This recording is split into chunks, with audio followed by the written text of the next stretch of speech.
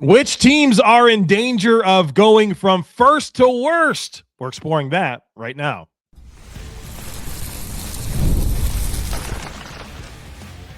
You are Locked On NFL Scouting with the Draft Dudes, your daily podcast for NFL and college football scouting. Part of the Locked On Podcast Network, your team every day.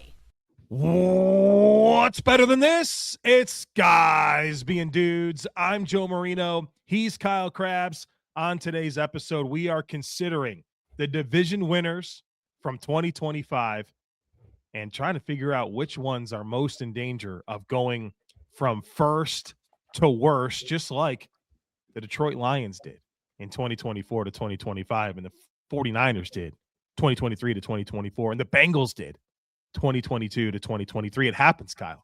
Wow, it happens. That's 3 consecutive years of historical precedent. There's more than that, but that's why this conversation is important to have. Maybe it doesn't happen this year, but it'll be the first time in 4 years to be the case if that's it. Right.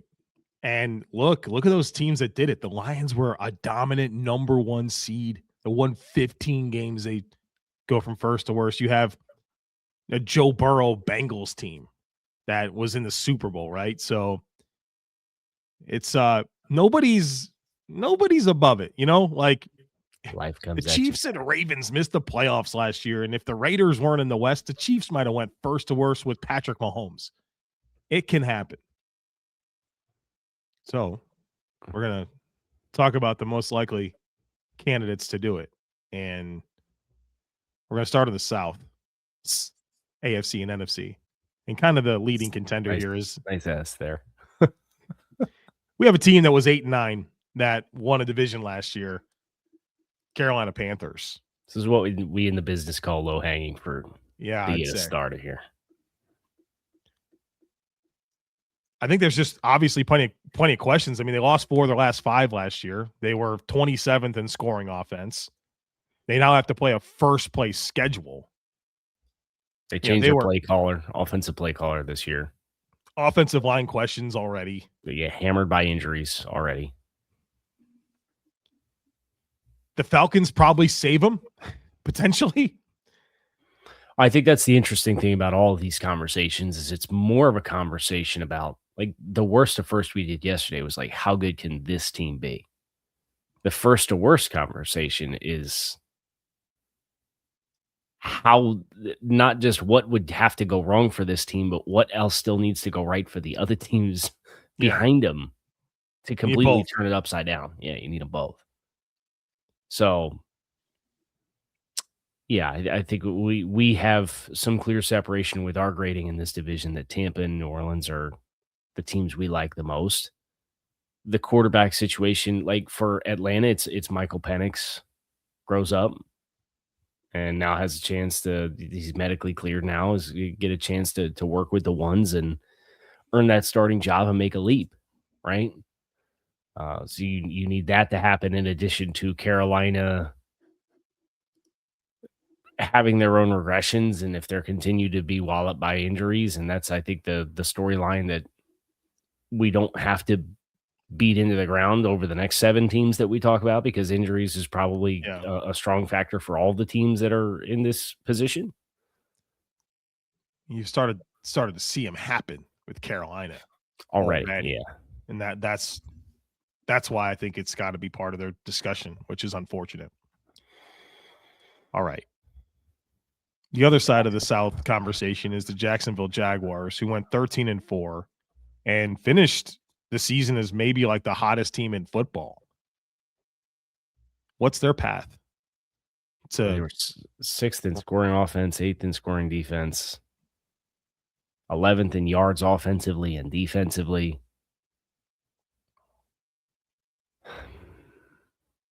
I don't know. I think the offensive line is probably part of a conversation for Jacksonville, where they just traded for Daniel Faalele as a result of Patrick McCarry had surgery, right? Yeah.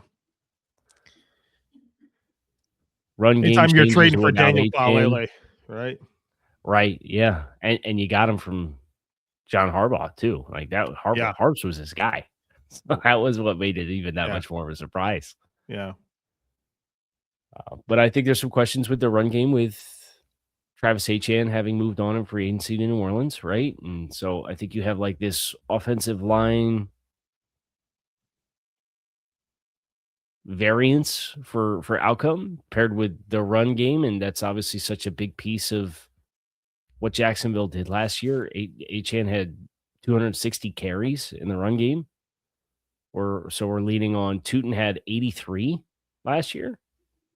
Obviously, they bring in Chris Rodriguez, and you hope Chris Rodriguez plays well, but if he doesn't, They're so interesting because they're basically running it back, except for they lose Devin Lloyd and Travis Etienne, and they didn't replace them with guys that are like known commodities, when right? you put it like that, Well, it's not wrong. It's just, and obviously they won 13 games, so we have high expectations, and I think they're going to be very competitive this year. But just like as you're talking about what would have to go wrong, you say, well, you brought back the same group as last year, and you lost an impact player on either side of the ball, and right. The other side of that conversation is the division. Will the division allow it? Will allow them to get all the way to the bottom? I think Houston's going to be a really good team. Indy, I think, will be at least decent. And then there's Tennessee. Can Tennessee get good enough to not be the last place team in this division and make room for a Jaguars team? That feels far-fetched. I would agree with you.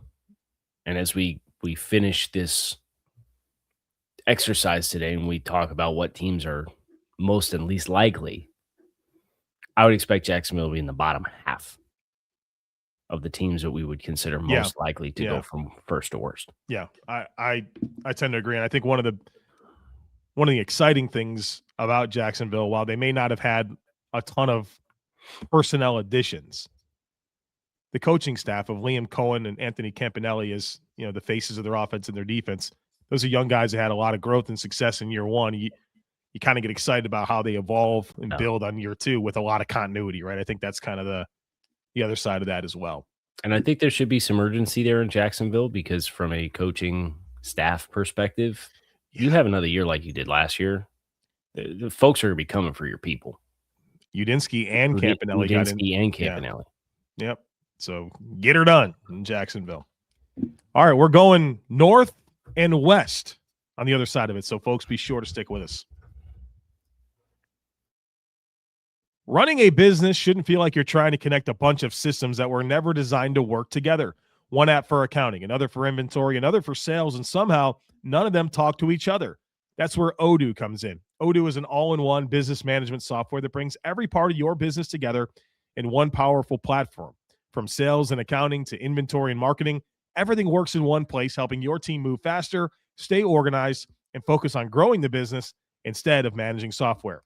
The best organizations know that success isn't just about talent, it's about having everyone working toward the same goal. And that's true in sports, just like it is in business.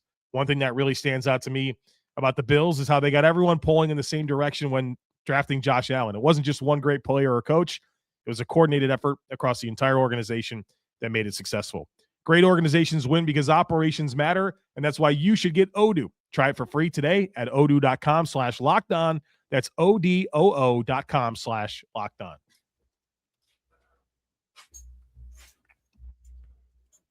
I would very much like my flowers for the pristine professionalism that was required as my dog just stabbed me in the ribs with his feet while you were doing the ad read. Oh, I didn't see it. I didn't move a muscle. You could see you go back, watch the instant replay. Did you get a this little foot come up and he caught me right here. I didn't blink though. Well, did not blink.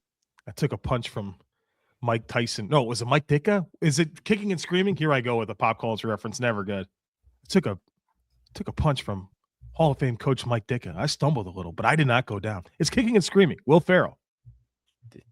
Ditka. Yeah. Did you ever watch that movie? It is Mike Ditka. Yeah. Yes. And I have not watched the movie from start to finish. It's super good. Super good. You can watch it with the kids, man. I can watch it with my 2-year-old. He's not gonna. Absolutely. Yeah. Absolutely. It's a family-friendly movie. Yes. It's PG, I only man. have one more month of having a 2-year-old, and then I'm gonna have a 3-year-old. Oh, yes. They say it's terrible twos and then what? I don't Something know. threes, and it's worse than twos? We got the terrible twos in this house right now, I can tell you that. Yeah. We got them for Yep. sure. We got them too. No. We're doing the potty training right now. Oh, boy. It's going swimmingly. Get- Go to the North. Please. Pittsburgh. Stay in the AFC. Steelers 10-7. I will mention this being one of the older rosters in football as the conversation comes into play for what it would look like, and older players typically less durable, older players typically longer recovery windows when they do get banged up. So that's obviously a huge concern for Pittsburgh. That much more than I think some other teams. But you look at the rest of this division, Baltimore expecting a bounce back. Cincinnati, Joe Burrow is acting like everybody in the organization's job is on the line this year. I don't know if you saw that. He said, I'm playing this year like my job's on the line. I've seen a lot of his quotes. Joe's doing everything he can to create a little bit of urgency inside the building, huh? It feels like it. He called everyone out in December, and he's not really stopped since then. Yeah. So they've been aggressive. They've made some moves. They upgrade the defense. Your hope is that they're back in the playoff race and in a position to make a run. And I think they will be improved from 6-11 for sure. The hardest part about this conversation is Cleveland getting off the mat, in my opinion. Like for Pittsburgh to have to be worse than the Browns. How on earth does that happen? First to third, not hard to sell you on that. Totally possible, right? But being worse than the Browns, Kyle, Todd Monken feels like David Culley 2.0. I think they're on to the 2027 NFL draft already. And I know this decision to start Deshaun Watson has to be something like this, where it's 2 in a row on the road in Jacksonville and Tampa. And you can, but I think it's harder to go from Sanders to Watson than it is to go from Watson to Sanders. So go be the sacrificial lamb for 2 games and then have your home opener in week 3. And Sanders is your starter, and that galvanizes your fan base. And if Watson plays well, maybe they'll cheer in week 3 when they return home. But I'd be willing to bet they won't.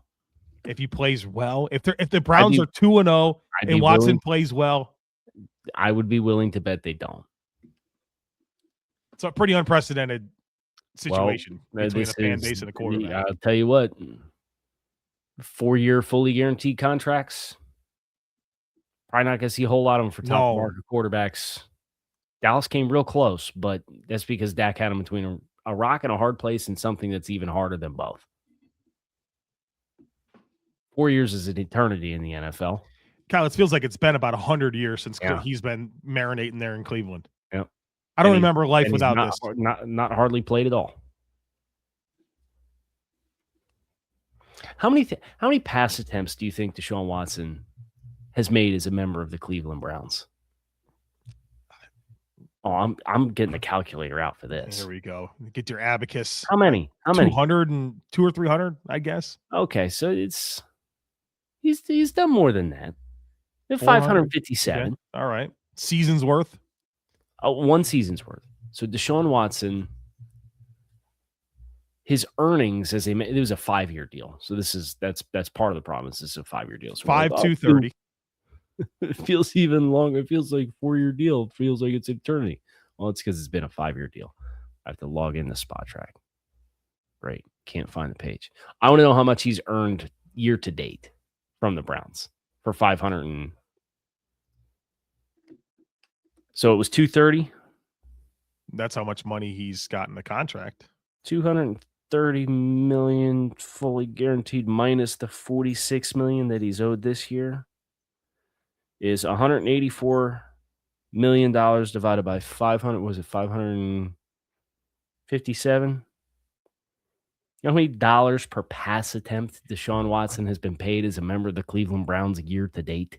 I am not going to do math that is like 6 and 7 digit numbers. So you just go ahead and tell me It's that. more than $330,000 per pass. Good money if you can find it, Kyle. It's great money if you can find it. Yeah, if you can go do that, you should sign up. Get that money. Okay, so the Browns are the biggest problem with the Steelers going from worst or first to worst. We digress. Yeah, so then that gets us to the Bears. This is a really interesting conversation. Really interesting. Yeah. Because the division's good. The division allows this. I don't think I have to sell you on the possibility of those other three teams being competitive. But isolating Chicago, a lot of momentum, but at the same time, there's been some turnover, right? Like a ton of defensive turnover for a defense that wasn't that good. They had an NFL best 33 takeaways last year. That was a huge part of their formula. If you have 24 takeaways instead of 33 takeaways, what's your record last year for Chicago? Obviously, some of those are empty calorie in wins, so it won't move the needle. But they were 23rd in scoring defense. They gave 415 points a game. Caleb had 6 game-winning drives and fourth quarter comebacks last year. That's a high number, and expecting that every single year would create variance in your win-loss total. So, like, you could say not a whole lot is different, but if just the late game magic isn't as stellar as it was, maybe they win 9 games instead of 11, with everything else being the same. And that could be enough in this division to finish in last place. The Bears, they finished 2 games ahead of Detroit, won this division. Detroit swept Chicago in 2025. Yeah. This is certainly possible. Well, obviously, it's certainly possible that they dominate this division, right? I think that's what's so interesting about the Bears is I can see both sides of this. It's going to be a dogfight in the North. Chicago is pretty incredible to look back. They had a 1-point win against the Raiders that they scored the game-winning touchdown with 1 minute and 34 seconds left in the game. They had a 1-point win against the Commanders that they kicked the game-winning field goal as time expired. Neither of those teams obviously were very good this past year. They had the frantic, what is my dog eating? What are you eating? As Kyle takes a moment. He ate a cord. He chewed a cord. Oh, boy. Hopefully that wasn't plugged in. Mind your business, please. Get a dog. It's great. They had the 47-42 win against Cincinnati. Do you remember that one? That was the Colston Loveland 58-yard touchdown reception, catch and run with 17 seconds left in the game after the Bengals scored with 54 seconds left to take the lead. Yes. That was a 6-11 football team last year. They had a 4-point win against the New York Giants. They outscored the Giants 14-3 in the fourth quarter of that game. Scored the game-winning touchdown on a 17-yard Caleb Williams touchdown run with 1 minute 47 seconds left in the game. I'm at week 10. I could keep going. I'll get to the one where DJ Moore scores the game-winning touchdown. That was my favorite one. Which one was that? Against Green Bay. Come on, you know that. Oh, yeah. Caleb rips it down there. And the overtime game that the Bears scored 13 points in the fourth quarter. They scored the final 10 points in the final 2 minutes. They needed the Romeo Dobbs onside kick recovery. Not a great situation. All right. Speaking of not a great situation, what Kyle's dealing with. Like go break with his dog. We're going to go to break and we'll talk about the West and the East. So folks, be sure to stick with us. Support for today's episode comes from Indeed Sponsored Jobs. When workplace chaos hits and you need the right hire, Indeed Sponsored Jobs helps connect employers with candidates who match specific needs like skills, certifications, and locations. So less time gets spent searching and more time gets spent finding the right fit. People are finding quality hires on Indeed right now. In the minute I've been talking to you, companies like yours made 27 hires on Indeed, according to Indeed data worldwide. One great addition can have a ripple effect on everyone around them. When you find someone who brings the right skills, attitude, and experience, it makes the entire group better. That's why finding qualified candidates matters so much, and why tools like Indeed Sponsored Jobs can help make that process easier. You'll spend less time searching and more time actually interviewing candidates who check all your boxes. Check this out. Listeners of this show will get a $75 sponsored job credit to help get your job the premium status it deserves at Indeed.com/podcast. Just go to Indeed.com/podcast right now and support our show by saying you heard about Indeed on this podcast. Indeed.com/podcast. Terms and conditions apply. Need to hire? This is a job for Indeed. Sponsored jobs.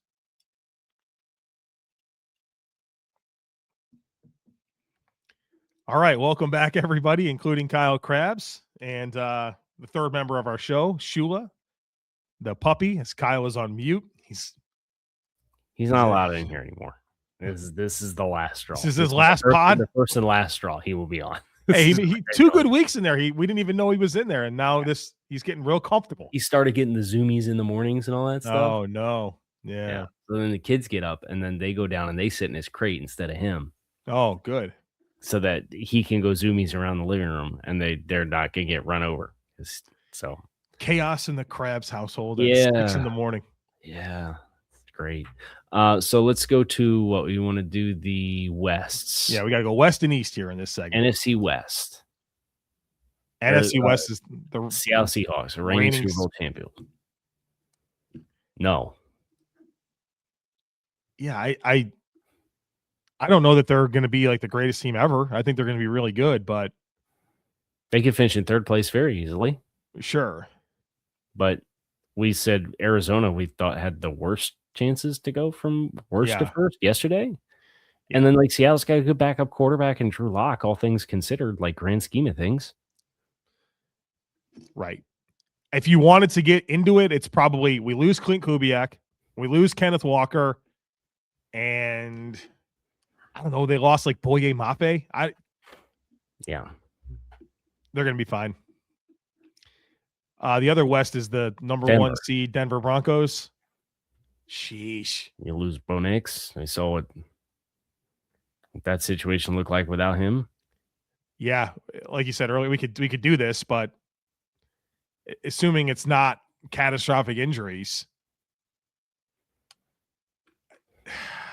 this is not a team. They lost John Franklin Myers. That's their biggest loss.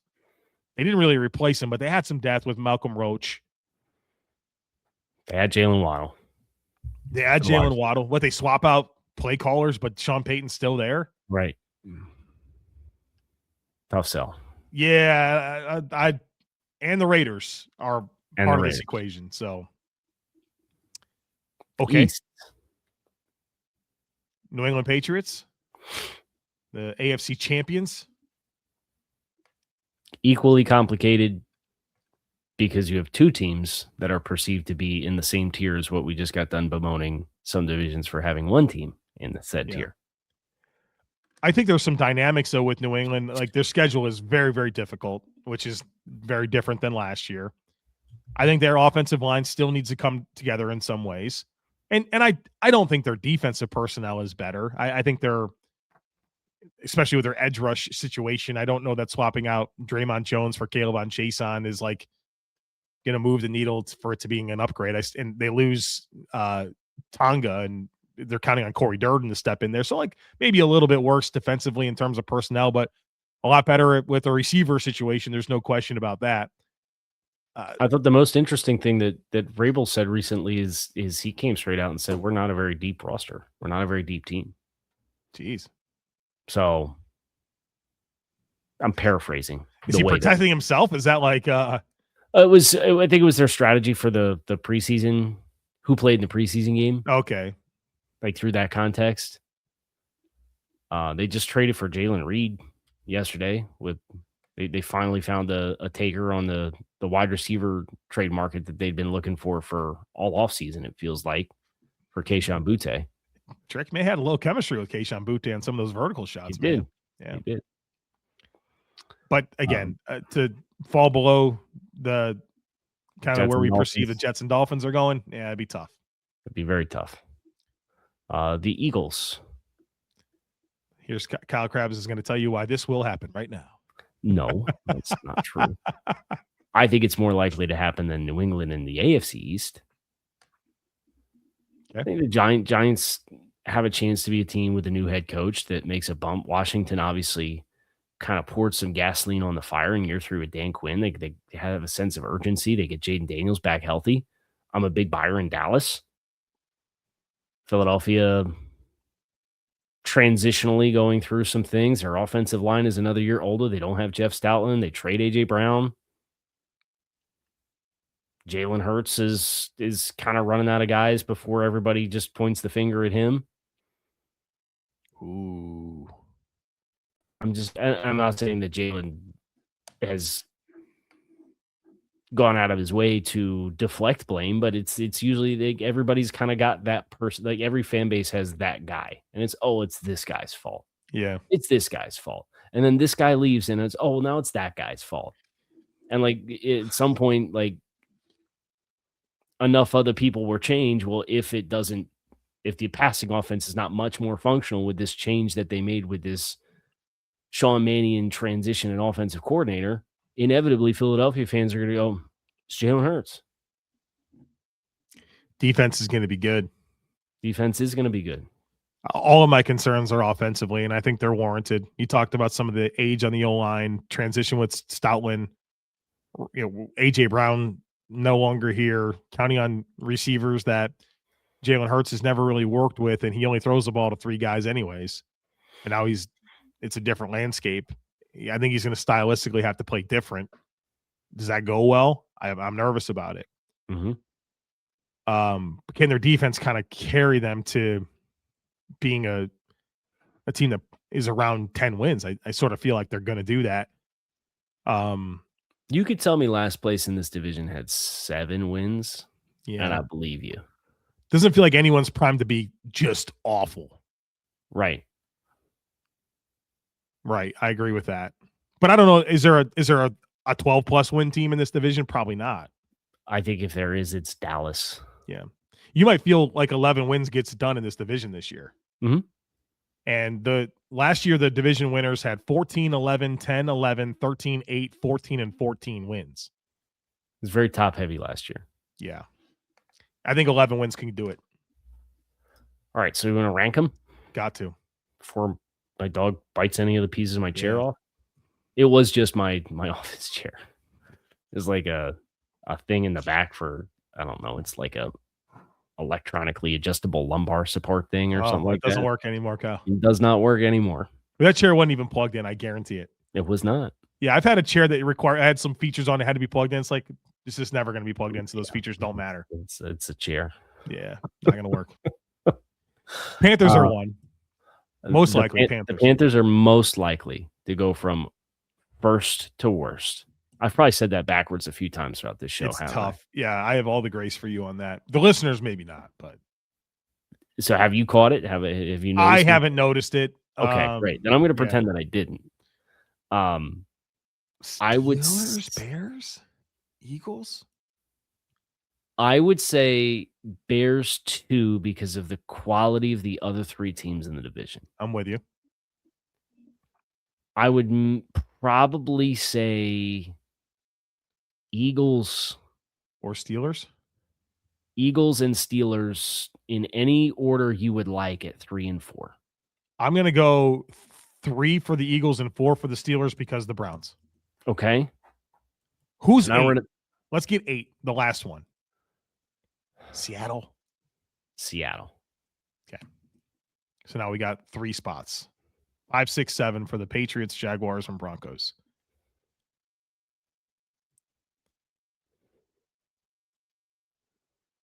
I think the Broncos should be 5. So the next I think they're the best team with the next worst. Yeah. Like the distance between the best team and the worst team in the division there, I think, is the widest. Is it need to be Jaguar, or does it need to be Jaguars 6, Patriots 7, kind of leaning into the bottom of those divisions and feeling like there's less candidates in the South? Because there's only one bad team in the South? Titans, yeah. But I think both the Colts and Titans will have better records than the Jets and Dolphins this year. Right, which is why I think the Jaguars should be 6, and the Patriots should be 7. Okay. So this is how we have it. Most likely first to worst. Panthers number 1. Bears number 2, Eagles number 3, Steelers number 4, Broncos 5, Jaguars 6, Patriots 7. There's 8 divisions in football. I want to make sure you're paying attention. Number 8 is the Seahawks. We're going to offline about this. And if we were editing after the fact, there it is. Cold open right there. Yeah, man, we get it every time, don't we? Although we had some great options today between the we did, honestly. The terrible twos, the dog potty training, dissection of my chair. Yep. 7 divisions in football. I'm glad I can join the reel getting today. Stabbed in the ribs during the ad read. Yeah, it's been a day. You could have got a close-up zoom of just right in the that's right ahead of was during the first ad break, right? Yeah, I have to go back and check that out. Go check the tape. Everybody go check the tape. Shula, you're on my list. It's been a rough start to the day. All downhill from here. Kyle Crabbs, Joe Marino. I hope you guys enjoy the rest of your days. We'll be back to talk to you again tomorrow, and Joe and I are going to talk offline and figure out what happened with 7 divisions, but also what we're going to talk about on tomorrow's show. So we hope to see you then.